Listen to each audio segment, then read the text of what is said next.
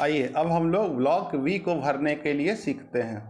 तो block we में details of owner यानी कि जो ज़मीन का मालिक है उसका डिटेल्स विवरण आपको भरना है। अब देखिए हम आपको बताए थे कि सारा डेटा डाउनलोड हो चुका है। तो जब भी आप सीरियल नंबर 1 अभी दिख रहा है 1 लिखा हुआ, लेकिन आप जब उसको क्लिक करिएगा 1 लिखिएगा तो ऑटोमेटिकली जो जमाबंदी नंबर 1 है इस मौजे का, वो जमाबंदी का सारा डिटेल्स आपके मोबाइल में दिखने लगेगा, क्योंकि वो डाउनलोड हम लोग किए थे, आपको याद होगा अभी तुरंत।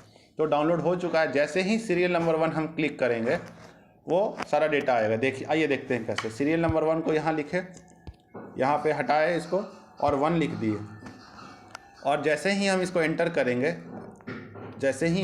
देखिए आपको सारा डिटेल्स आ गया। खाता नंबर 8888 यानी कि एक इस इंसान का 4 खाता है, और 4 नीचे देखिएगा तो यहाँ पे देखिए 4 खेसरा सर्वे नंबर भी है, यानी कि इस इंसान का 4 खाता है जहाँ पे उसका ज़मीन है। और देखिए फिर नीचे आते हैं तो 3 नंबर में देखिए नाम लिखा हुआ है लेखा महतो वो कल्लर महतो, यानी कि ये जो जमाबंदी रैयत 1 है इस मौजे का, इसका नाम है लेखा महतो व कल्लर महतो, यानी कि ये 2 इंसान हैं जिसके नाम पे ये ज़मीन है। पिता फादर हस्बैंड नेम जो है वो अवेलेबल नहीं है, NA लिखा हुआ यानी कि नॉट अवेलेबल। तो आपको कोशिश करना है कि उस गांव में इनके पिता या जो भी हों, इनके पिता या बाप या अब्बू जो भी हैं, या अगर महिला के नाम पे है तो इनके हस्बैंड का नाम यहाँ पे डाल देना। देखिए फादर/हस्बैंड नेम भी है, तो अगर ज़मीन के मालिक एक महिला हैं तो उनके हस्बैंड का नाम डालना है या फादर का नाम डालना है। तो अपने विवेक से गांव में जाकर आपको लिखना है। उसके बाद देखिए 5 नंबर आता है होल्डिंग टाइप।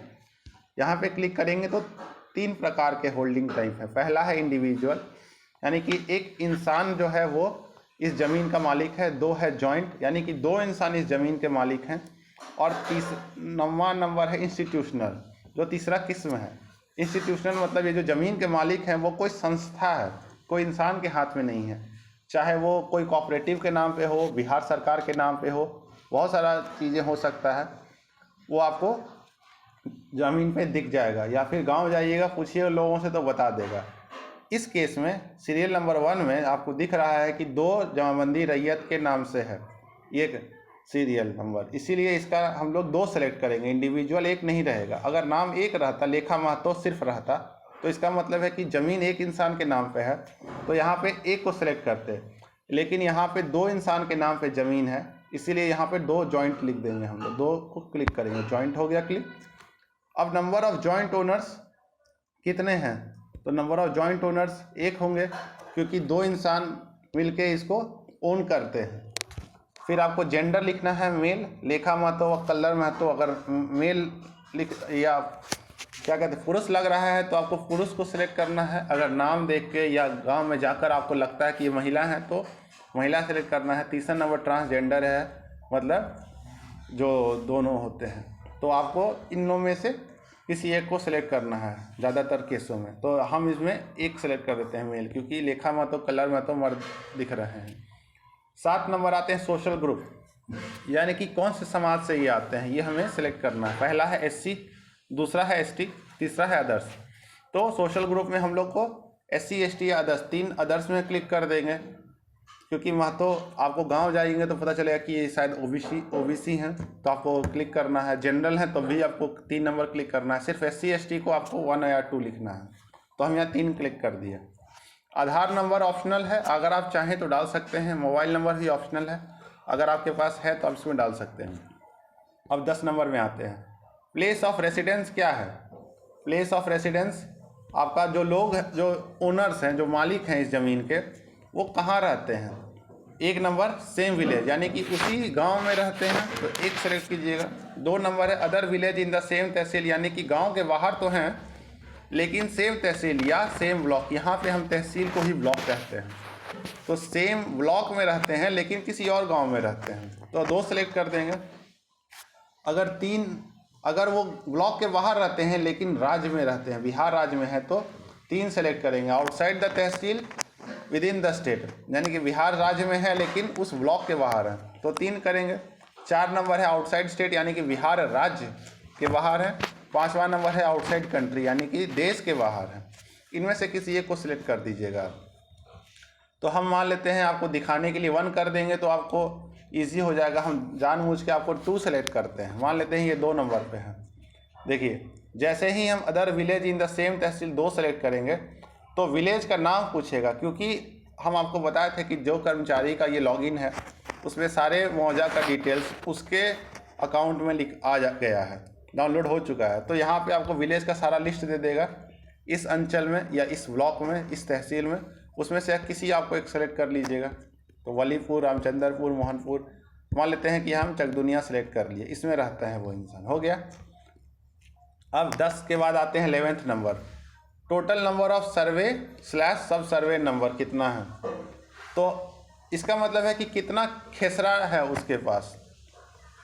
तो यहाँ पे आप देखते हैं 4 खाता है, नीचे देखिए ऑटोमेटिकली दिख रहा है सर्वे / सब सर्वे नंबर भी 4 है, यानी कि 4 सर्वे नंबर या 4 खेसरा है इस इंसान के पास। तो यहाँ पे 1 को आप डिलीट करके 4 लिखेंगे। जैसे ही आप इसको एंटर कीजिएगा देखिएगा सीरियल नंबर जो 1 of 1 है ये 1 of 4 हो जाएगा, यानी कि आपको कंप्यूटर कहेगा कि 4 बार आपको ऑप्शन देगा भरने का। आइए देखते हैं। देखिए हम सिलेक्ट किए, वो एंटर किए तो 1 of 4 दिख गया सीरियल नंबर ब्लॉक सी में। आपको ब्लॉक बी भर चुका है, देखिए ब्लॉक बी हम लोग भर लिए हैं। अब हम ब्लॉक सी में आते हैं। क्योंकि आप ब्लॉक बी के 11वें नंबर में 4 भरे थे, इसलिए अब 4 बार आपको इसका डिटेल्स भरना होगा सीरियल नंबर। और आपको एक काम करना है, सर्वे / सब सर्वे नंबर 4 को आपको याद रखना है, क्योंकि यही 4 जो है आपको एक एक करके डालते जाना है। यहाँ पे देखिए 342, 347, 380 और 426 है, तो हमको ये डालना है। तो हम 1, अब देखिए यहाँ पे 1 लिख देते हैं, 1 लिखेंगे। फिर देखिए यहाँ पे हमको सर्वे नंबर दूसरा पूछेगा, तो हम इसमें 342 लिख देते हैं। और एक्सटेंट ऑफ लैंड इसका कितना है, तो आपको रकबा इसका देखना है, आपको डिटेल्स इसका चेक करना होगा।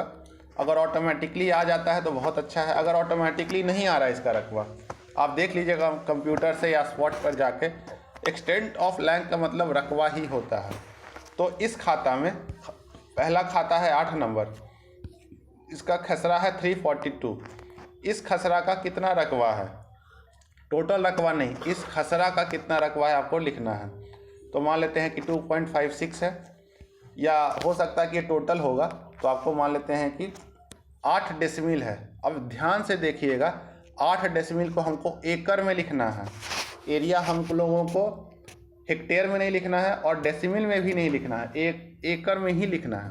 तो अगर 8 डेसिमल है तो इसका मतलब 0.08 एकड़ होगा। गलती से भी 8 नहीं लिख दीजिएगा यहाँ पे। अगर आप 8 लिखिएगा तो कंप्यूटर को लगेगा कि ये 8 एकड़ लिखे हैं आप, 8 डेसिमल नहीं है। 8 डेसिमल हमेशा एकड़ में 0.08 डेसिमल ही होता है। बहुत सारे कर्मचारी लोग इसमें गलती करेंगे, क्योंकि उनको आदत है कागज़ पे वो 0.08 को डेसिमल लिखते हैं और उनको लगता है कि वो डेसिमल ही है, लेकिन वहाँ वो गलत कर रहे हैं। 0.08 डेसिमल का मतलब बहुत कम हो जाता है, इसीलिए आपको 0.08 एकड़ का मतलब 8 डेसिमल होगा। इसलिए आपको अगर 8 डेसिमल है तो 0.08 ही लिखना है, और अगर 8 एकड़ है तो 8 लिखिएगा, अगर 8 एकड़ है तो 8 लिखिएगा। यहाँ पे मान लेते हैं 0.08 है, यानी कि 8 डेसिमल है। अब स्टेटस ऑफ लैंड यूज, यानी कि अब वो जो ज़मीन है, ये जो खेसरा रकबा है, इसका हम किस चीज़ के लिए यूज़ कर रहे हैं। ऑपरेटेड, यानी कि क्या इसमें हम कृषि कर रहे हैं, या 2 नॉन ऑपरेटेड, यानी कि हम इसमें कृषि नहीं कर रहे हैं। अगर कृषि कर रहे हैं तब तो बहुत आसान है, आपको कृषि कर रहे हैं 1 में सेलेक्ट कीजिएगा तो ऑपरेशनल होल्डर जो है, यानी कि जो ज़मीन पे काम कर रहे हैं, मालिक नहीं, ज़मीन पे जो काम कर रहे हैं वो कौन है। तो 1 नंबर में ओन्ड एंड सेल्फ ऑपरेटेड, यानी कि मालिक भी हम ही हैं और ऑपरेट भी हम खुद ही कर रहे हैं, तो 1 नंबर देंगे।